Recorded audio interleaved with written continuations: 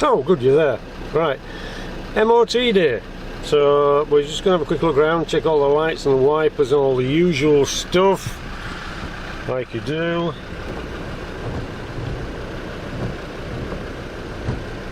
Oh yeah, it's okay. That's okay. You don't want to be caught out on the usual stuff, do you? So pop some lights on. Pop all them on. Hazards.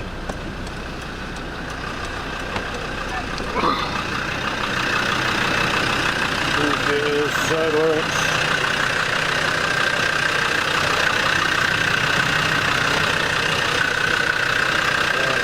The pieces. Yeah. There. Got that one up there. Two in there. I've had that one on. High intensities.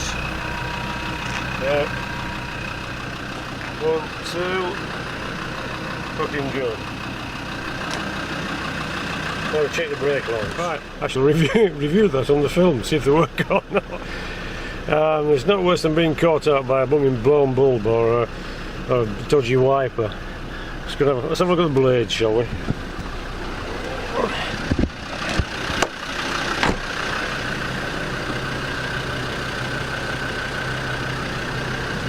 Cuts and splits on there, that's alright. These were new last year. 26 quid from Halfords.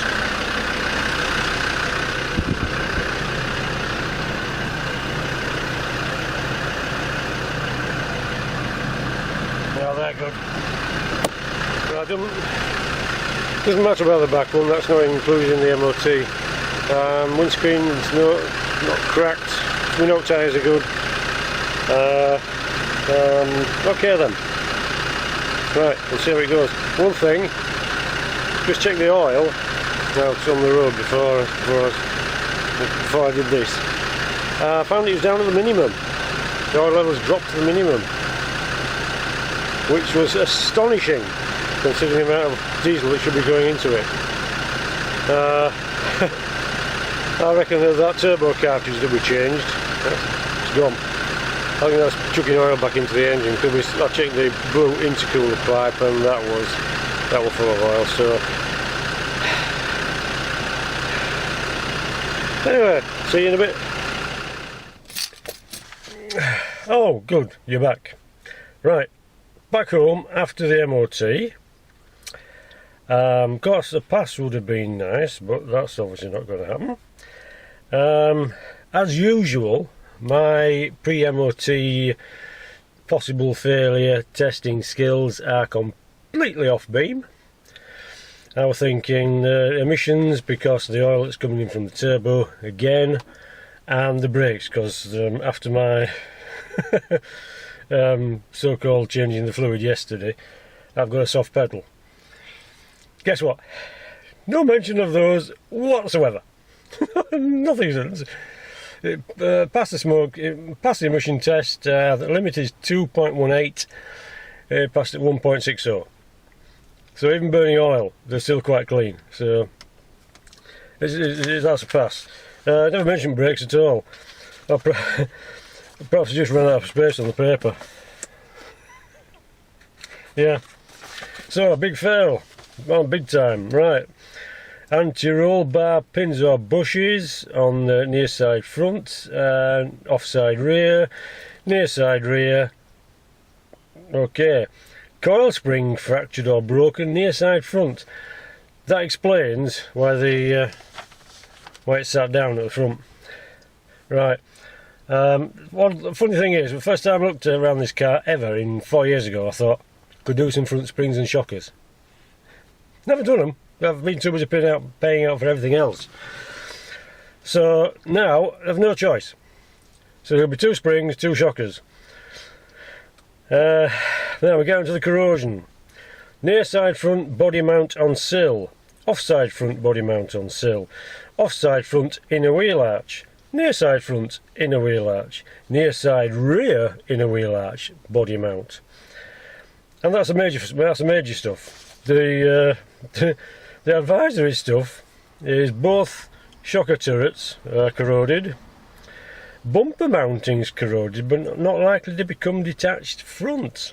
I've never had that before. Bumper mountings corroded, but not likely to become detached rear. Brake disc worn, pitted or scored. I always get that. Oil leak, but not excessive. This is Land Rover. And that's it. That's all it is really. It's just read the entire contents of a welding factory,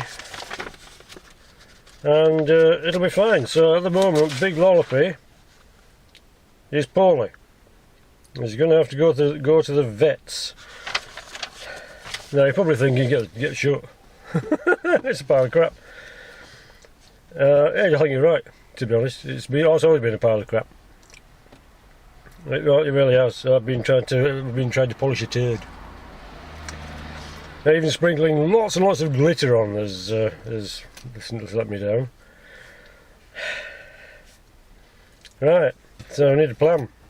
Obviously, it's now a project. Best thing to do is get shut and go. Well, I'm going to say get another one. Flipping heck! That's punishment for one lifetime. Another one with. I'll say it again. With an automatic box, because the clutch is so heavy, it really hurts my foot. No, I'm going to get something Japanese, I think. Yeah, that's a motorbike. Yeah, I tried scootering once. It's awful, absolutely. I don't know how people do it. It was in winter. It was cold and wet, and it was just. I was surprised I'm still alive. You got to wait for the thing to warm up. Twist and go, Yamaha. You had to put everything on, and that took 20 minutes. Then you had 20 minutes to warm up. Then you could drive it. It was just awful. Respect to all people on two wheels. You are stars. It wasn't for me. I've got to be behind glass. Right. So at least the wipers were all right, and all the bloody lights. So it's all falling apart really. Right, so there we are. That's where we stand at the moment. So Big Lollopy is down, big time. At the moment, I think my welder's isn't welding anything, so that's out. There's all the stuff. Now, right, fleet news. There's no sign of the fusion yet. I'm hoping that's going to come back repaired. Then I'm going to have to source another turbo, because that's going to be the cheap heap. All being well, tomorrow, Friday, I'm going to pop down to Stockport. We're going to buy a Honda Jazz for Frida. It's 1.4 petrol, DSI or whatever. It's an 04, so it's fairly old, but apparently Japanese Hondas, superb. It's going to be great. At last we've seen the light, and we're going to get a decent car. So that's happening tomorrow, but I'm still going to need something to get to work, so that's where the fusion comes in. Astra, we're thinking of getting shut. The red Astra in the garage is going to go for scrap, and Ibu, the Astra in front of here, is going to go. I'm going to put that in the garage. So there's going to be 2 projects and not 4. You can't do 4 projects. That's ridiculous. Get a grip. So that's the story so far. At the moment, I haven't got the fusion back. I don't know what's happening with it. Yeah. So it's this bloody lockdown business. It's all cobblers. Just break something, it's easier. I think you have to stop in anyway. Right, okay, so people, that's where we are. Well, I shall let you know. Shall we Big Lollopy, shall I have him put down? The third time now, I've nearly said get another one with an automatic box. It's going to be joking. The covers are rubbish. This it's a 20-year-old, so there's going to be some corrosion sooner or later, and it's only just happened now. So 20 years. You know, that's not bad, is it? But then again, some are rotting earlier than others. It all depends how they're treated, and whether or not they're properly wax oiled at the start. Obviously, this one wasn't. Okay then, right, so there we are. I'm going to go and weep into my cup of tea and a blueberry muffin. Then we shall consider review the situation. Right, chaps and gals, stay safe, don't get lost or squashed, and we'll see you in a bit.